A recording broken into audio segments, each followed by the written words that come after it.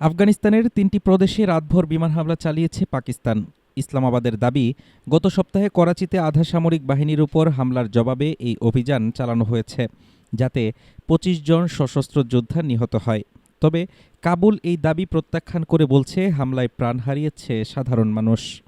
পাকিস্তানের তথ্যমন্ত্রী আতাউল্লাহ তারার জানিয়েছেন, এই হামলায় ২৫ জন সশস্ত্র যোদ্ধা নিহত হয়েছে। একই রাতে খাইবার পাখতুনখাওয়ার বাজাওরে স্থল অভিযানে নিহত হয় জামাত উল আহরার বা জেইউএ এর শীর্ষ কমান্ডার। মূলত গত ২৭ জুন করাচিতে সিন্ধু রেঞ্জার্সের ঘাঁটিতে আত্মঘাতী হামলার জবাব হিসেবেই এই অভিযান। ওই হামলায় ৩ পাকিস্তানি সেনা নিহত হন। আটক হামলাকারী উসমান আলী আফগানিস্তানের নানগারহারের বাসিন্দা বলে জানায় পাকিস্তান। হামলার দায় স্বীকার করা জেইউএ মূলত পাকিস্তান তালেবান বা টিটিপির একটি কট্টরপন্থী শাখা। বিশ্লেষকদের মতে ২০২৫ সালে টিটিপির নতুন নেতৃত্বে জায়গা না পেয়ে নিজেদের শক্তির জানান দিতেই করাচিতে এই বড় হামলা চালায় জেইউএ। তবে এই পাল্টাপাল্টি হামলা এখন নিয়মিত ছক। ২০২৫ সালে পাকিস্তানে হামলা ৩৪% বেড়েছে, যার ৯৫% হয়েছে খাইবার পাখতুনখাওয়া ও বেলুচিস্তানে।